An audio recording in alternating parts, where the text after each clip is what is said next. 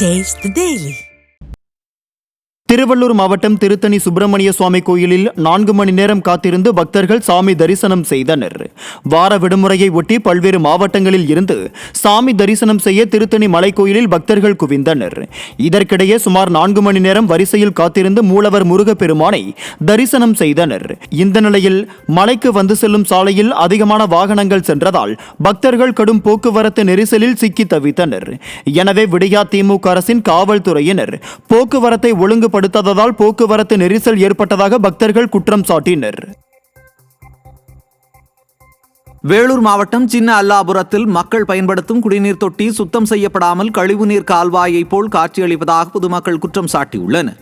சின்ன அல்லாபுரத்தில் மக்கள் பயன்படுத்தி வரும் குடிநீர் மேல்நிலை நீர்த்தேக்க தொட்டி சமூக விரோதிகளின் கூடாரமாக மாறியுள்ளதாக அப்பகுதி மக்கள் வேதனை தெரிவித்துள்ளனர். மேலும் நீர்த்தேக்க தொட்டியினுள் உள்ள நீரில் மது பாட்டில்கள் மற்றும் சிகரெட்டுகள், பிளாஸ்டிக் கழிவுகள் என அனைத்தையும் சமூக விரோதிகள் வீசியுள்ளனர். இதனால் தண்ணீர் மிகவும் துர்நாற்றத்துடன் கழிவு நீர் போல் காட்சியளிக்கிறது. இதனை விடியா திமுகவின் மாநகராட்சி நிர்வாகம் கண்டுகொள்ளாமல் அதே நீரை மக்களுக்கு விநியோகம் செய்து வருவதால் மக்களுக்கு பல்வேறு நோய்கள் வரும் அபாயம் ஏற்பட்டுள்ளது. திண்டுக்கல் மாவட்டம் நத்தம் அருகே மின்சாரம் தாக்கி ஒருவர் உயிரிழந்தார். கொசவப்பட்டியில் வசித்து வந்த சகாயராஜ் தனக்கு சொந்தமான தோட்டத்தில் விவசாய வேலை செய்து கொண்டிருந்தார். அப்போது மின்சாரம் தடை ஏற்பட அதே பகுதியில் உள்ள சூசை மாணிக்கம் என்பவரின் வீட்டில் அருகில் இருக்கும் மின் மாற்றியில் ஏறி பழுது ஏதும் ஏற்பட்டதா என கண்டுபிடிக்க முயன்றுள்ளார். அப்போது எதிர்பாராத விதமாக மின்சாரம் தாக்கியதில் அவர் சம்பவ இடத்திலேயே உயிரிழந்தார். இந்த சம்பவம் அப்பகுதியில் பெரும் சோகத்தை ஏற்படுத்தியுள்ளது. மதுரை மாவட்டம் திருமங்கலம் அருகே இருசக்கர வாகனத்தின் மீது தனியார் பேருந்து மோதிய விபத்தில் இளைஞர் ஒருவர் தலை நசுங்கி பரிதாபமாக உயிரிழந்தார். திருமங்கலம் முகமது சாபுரத்தைச் சேர்ந்த ரமேஷ் என்பவர் இருசக்கர வாகனம் பழுது நீக்கும் கடையில் மெக்கானிக்காக பணியாற்றி வருகிறார். இந்த நிலையில் இருசக்கர வாகனத்தை பழுது பார்க்க தனது நண்பர் ஒருவரை அழைத்துக் கொண்டு உசிலம்பட்டி சாலையில் உள்ள 4 வழிச்சாலை சுரங்கப்பாதை வழியாக சென்றுள்ளார். அப்போது உசிலம்பட்டி நோக்கி சென்ற தனியார் பேருந்து இருசக்கர வாகனத்தின் மீது மோதியதில் ரமேஷ் பேருந்தின் சக்கரத்தில் சிக்கி தலை நசுங்கி உயிரிழந்தார். ரமேஷ் உடன் பயணித்த மற்றொரு நபர் காயங்களுடன் உயிர் தப்பினார். விடிய ஆட்சியில் அதிவேகத்தில் வரும் தனியார் பேருந்துகளால் தொடர்ந்து பலர் பலியாவதாக பொதுமக்கள் விமர்சித்துள்ளனர். செங்கல்பட்டு மாவட்டம் வளர்குன்றம் கிராமம் பகுதியில் 2 வெறிநாய்கள் கடித்ததில் அப்பகுதியைச் சேர்ந்த 6 பேருக்கு படுகாயம் ஏற்பட்டது. இது குறித்து அருகில் உள்ள சிறுங்குன்றம் ஆரம்ப சுகாதார நிலையத்தில் சிகிச்சைக்காக சென்றபோது அங்கு சிகிச்சை அளிக்க மருந்து இல்லாததால் மேல் சிகிச்சைக்காக செங்கல்பட்டு அரசு பொது மருத்துவமனையில் அனுமதிக்கப்பட்டு சிகிச்சை பெற்று வருகின்றனர். விடியா ஆட்சியில் சாலையில் சுற்றித் திரியும் வெறிநாய்களை பிடிக்க மாவட்ட நிர்வாகம் நடவடிக்கை எடுப்பதில்லை என பொதுமக்கள் குற்றம் சாட்டியுள்ளனர். அதேபோல நாய்க்கடிக்கு மருந்துகள் இல்லாமல் ஆரம்ப சுகாதார நிலையங்கள் காற்று வாங்குவதாகவும் மாரத்தானில் அக்கறை காட்டும் மாசு தனது துறையின் கீழ் இயங்கும் ஆரம்ப சுகாதார மையம் மீது எப்போது அக்கறை காட்டுவார் என மக்கள் கேள்வி எழுப்பியுள்ளனர். சிவகங்கை மாவட்டம் நாகநாதபுரம் பகுதியில் போலீசாரை கண்டித்து பொதுமக்கள் சாலை மறியலில் ஈடுபட்டனர்.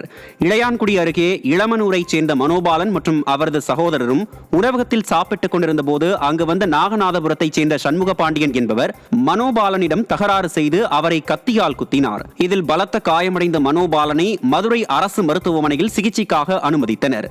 இது குறித்த புகாரின் பேரில் இளையான்குடி போலீசார் வழக்கு பதிவு செய்து சண்முக பாண்டியனை கைது செய்தனர்.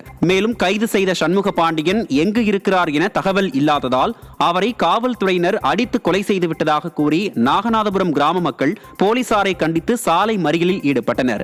இதனால் அப்பகுதியில் பரபரப்பு ஏற்பட்டது. விடிய ஆட்சியில் போலீசார் கைது நடவடிக்கைகளை கூட மறைப்பதாக பொதுமக்கள் குற்றம் சாட்டியுள்ளனர்.